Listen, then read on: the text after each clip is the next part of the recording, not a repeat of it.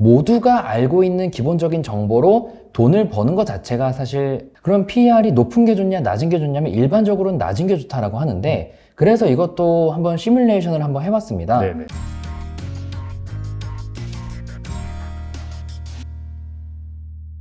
뉴지스탁의 문호준 대표님 모셨습니다. 안녕하세요. 안녕하십니까. 또 문호준 대표님과 약간 좀 생소할 수 있지만 지금 같은 상황에서 정말 필요한 퀀텀 투자 거기에 대해서 알아보겠습니다. 간단하게 좀 소개를 부탁드리겠습니다. 네, 일단 저는 뉴지스탁이라는 핀테크 기업의 공동대표를 맡고 있는 문호준이고요. 퀀트 투자라는 것은 우리나라는 꽤 생소할 수도 있지만 미국에서는 이미 수년 전부터 퀀트나 알고리즘 트레이딩이 상당히 성행했었고 골드만삭스 같은 경우도 지난 2017년도에 주식 트레이더 600명을 해고하고 맞아요. 네, 대신에 200명의 개발자를 채용했다. 그리고 캔쇼 같은 핀테크 기업을 인수했다. 이런 뉴스가 많았던 것처럼 네네. 미국은 이미 퀀트 투자가 너무 일반화되어 있는 상황입니다.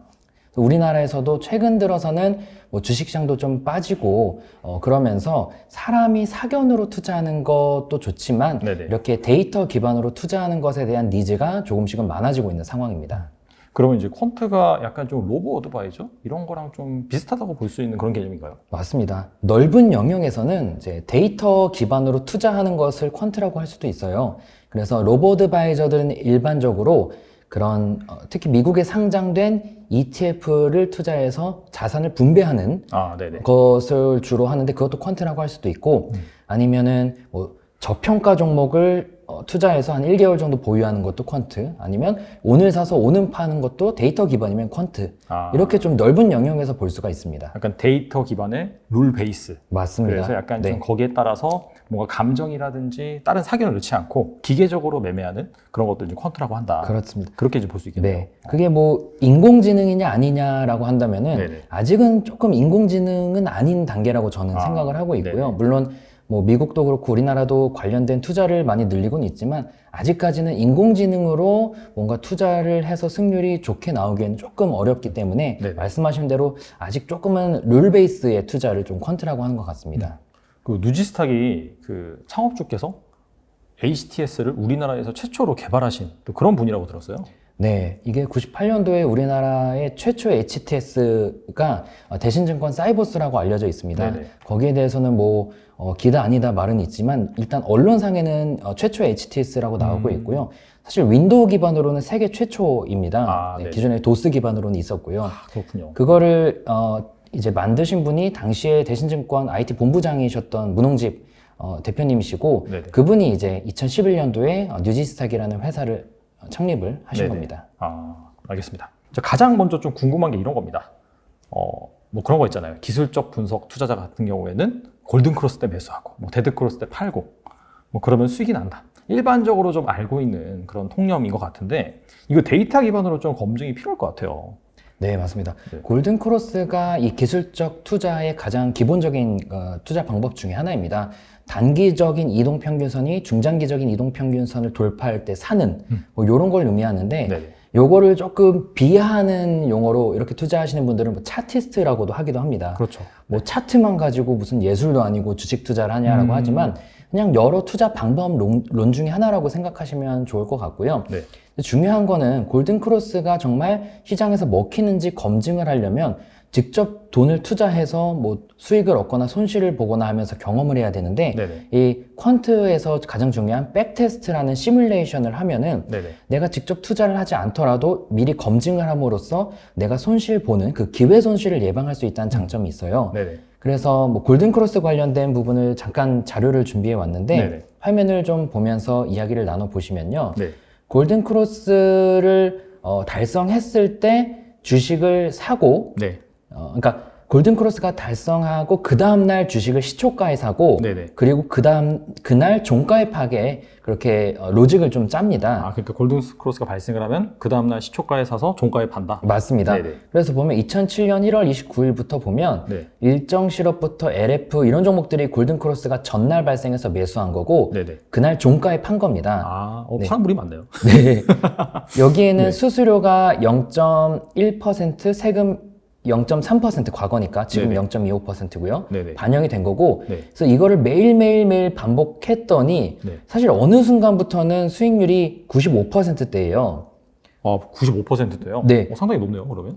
마이너스 95%. 마이너스 네. 95%요? 그래서 네. 2007년 처음에는 5천만 원으로 시작했는데 네네. 계속 이런 식으로 매일 샀다 팔았다를 반복했더니 어느 순간 가서부터는 2010년, 12년 정도 되면은 네. 총자산이 2만 원으로 줄어듭니다. 5천만 원.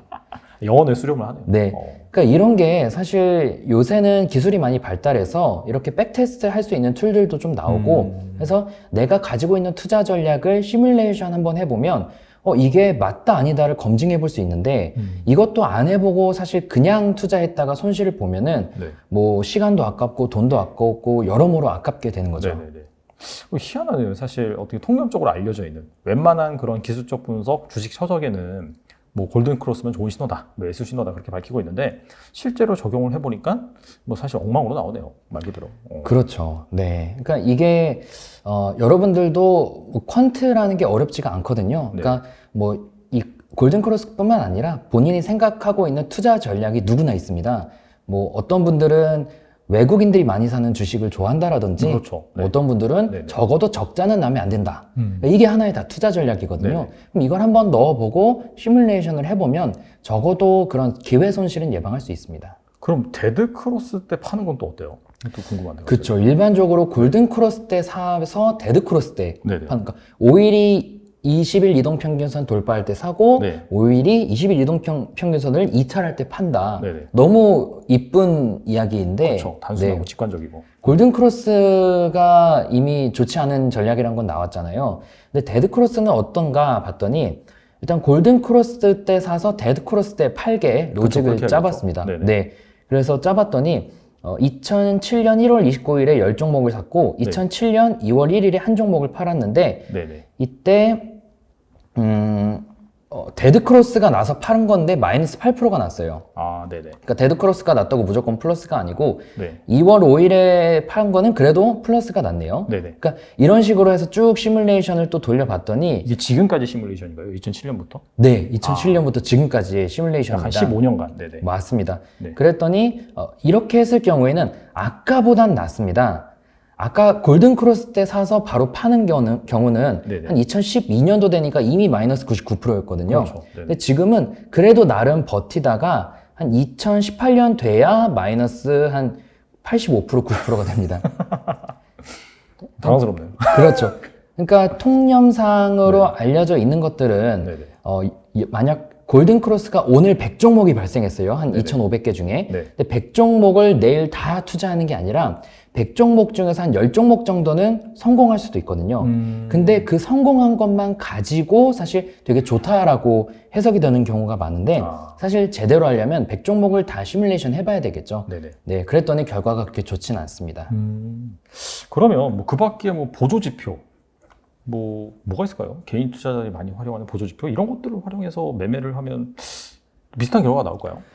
뭐 사실 이게 이제 젠포트라는 툴에 들어간 팩터가 네네. 한 700개가 넘습니다. 로우 팩터가. 네네네. 그래서 거기서 가공되면 훨씬 더 많아지는데 네네. 골든 크로스뿐만 아니라 RSI부터 MACD 우리가 어디선가 한 번쯤 들어봤을 법한 지표들이 맞아요. 네네. 많습니다. 네네. 근데 그래도 어떤 팩터들은 MACD는 그래도 조금 이론과 실전이 좀 많은 것 같고요. 또 어떤 것들은 골든 크로스처럼 안 맞는 것들도 있고. 근데 중요한 건 이렇게 안 맞는 것들도 좀 나만의 스타일에 맞게 개량을 하면은 이게 나만의 전략이 네네. 되거든요. 네. 제가 생각할 때 골든 크로스가 먹히지 않는 이유가 여러 개 있겠지만 그냥 상식적으로 생각해서 모두가 알고 있는 기본적인 정보로 돈을 버는 것 자체가 사실 쉬운 건 아닙니다. 그래서 제가 주장하는 거는 적어도 나만의 스타일에 맞는 전략이 나와야 된다는 네. 건데 그런 점에서 골든 크로스 전략이 아까 상당히 안 좋았는데 그것을 개량하는 거를 좀 제가 좀 보여드릴게요. 네네. 그래서 화면을 한번 같이 보시면 네. 제가 어떻게 개량을 했냐면요. 아까 골든 크로스 때 사는 로직이 사실 이겁니다. 네네. 네, 그렇게 뭐 5일이 20일 돌파할 때 산다라는 건데 네. 또 5일이 20일 이탈할 때 판다인데 네네. 여기서 그 골든 크로스가 발생하고 그 다음 날 마이너스 5% 떨어졌을 때 사게 전략을 짜는 거예요. 왜냐면 아까 골든크로스 발생하고 그 다음날 시초가에 사서 종가에 팔았을 때 승률이 안 좋았잖아요. 상당히 안 좋았죠. 네. 그럼 대부분이 주가가 떨어졌다는 거니까 그럼 떨어졌을 때 5% 떨어졌을 때 사게 하는 겁니다. 그리고 나서 짧게 5% 반등하면 팔거나 네네. 10%더 떨어지면 또 손절 치거나 네네. 네. 이렇게 했더니 그래도 굉장히 좋은 네네. 전략은 아니지만 네. 나름 좋은 성과로 나오거든요. 네네. 이건 2017년부터 2022년까지 했을 때 뭐 여전히 마이너스긴 하지만 아까보다는 좀 나은 결과를 보였습니다. 이런 식으로 좀 개량할 필요가 있습니다. 아, 네네. 이것도 결국에는 그냥 지수에 투자하는 게 훨씬 낫네요. 그렇죠. 네. 근데 이렇게 네. 시뮬레이션을 할 때 그런 좀 과체적화를 좀 조심하긴 해야 됩니다. 과체적화요? 네. 과체적화라는 것은 어쨌든 이 백테스트라는 거는 과거를 보고 미래를 대응하는 겁니다. 근데 이게 사실은 우리가 과거밖에 분석할 게 없거든요. 그렇죠. 꼭 데이터뿐만 아니더라도 뭐 그냥 기본적 분석을 하더라도 과거에 삼성전자가 뭐 했을 때 좋았더라. 이것도 과거잖아요. 그렇죠. 네, 그러니까 데이터도 과거를 볼 수밖에 없는데 잘못하는 경우가 이런 게 있습니다.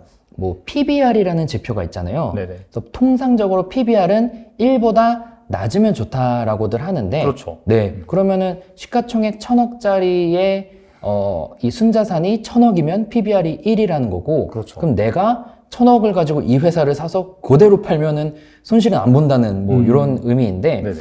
그런 PBR이 1보다 낮은 종목이 2022년 2월 말 기준으로 한 800개 좀 안 되더라고요. 많긴 많네요. 네, 많긴 맞아요. 네네. 많아요. 자, 그러면은 800개라는 종목이 나오면 이 800개 중에서 내가 만약에 100종목을 투자합니다. 그렇게 백테스트를 해요. 그럼 100종목 중에서 한두 개 정도가 한 1년 있다가 1000%가 올랐습니다. 네네. 네. 그래 봤자 전체 내 포트폴리오에 미치는 영향력은 크지 않아요. 그렇죠. 100개 중에 한두 개니까. 네. 근데 이러면은 나름 과체적화를 피했다고 볼 수 있는데 과체적화라는 것은 PBR을 1 미만이 아니라 네네.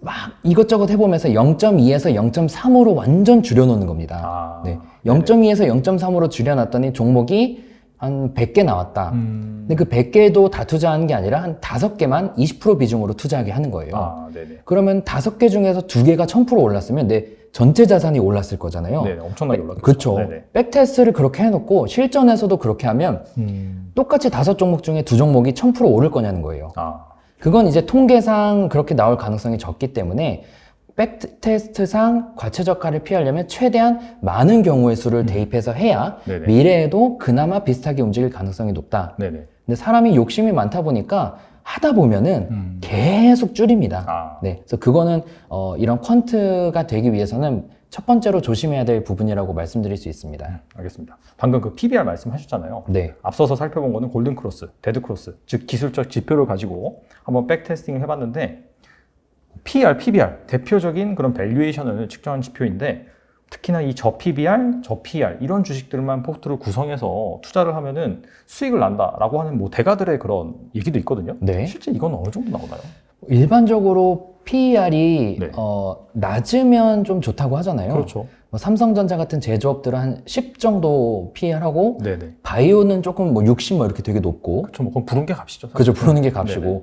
그럼 PER이 높은 게 좋냐, 낮은 게 좋냐면 일반적으로는 낮은 게 좋다라고 하는데 그래서 이것도 한번 시뮬레이션을 한번 해봤습니다. 네네. 화면을 한번 같이 보시면요. 네. 로직을 어떻게 짰냐면 그 PER이 네.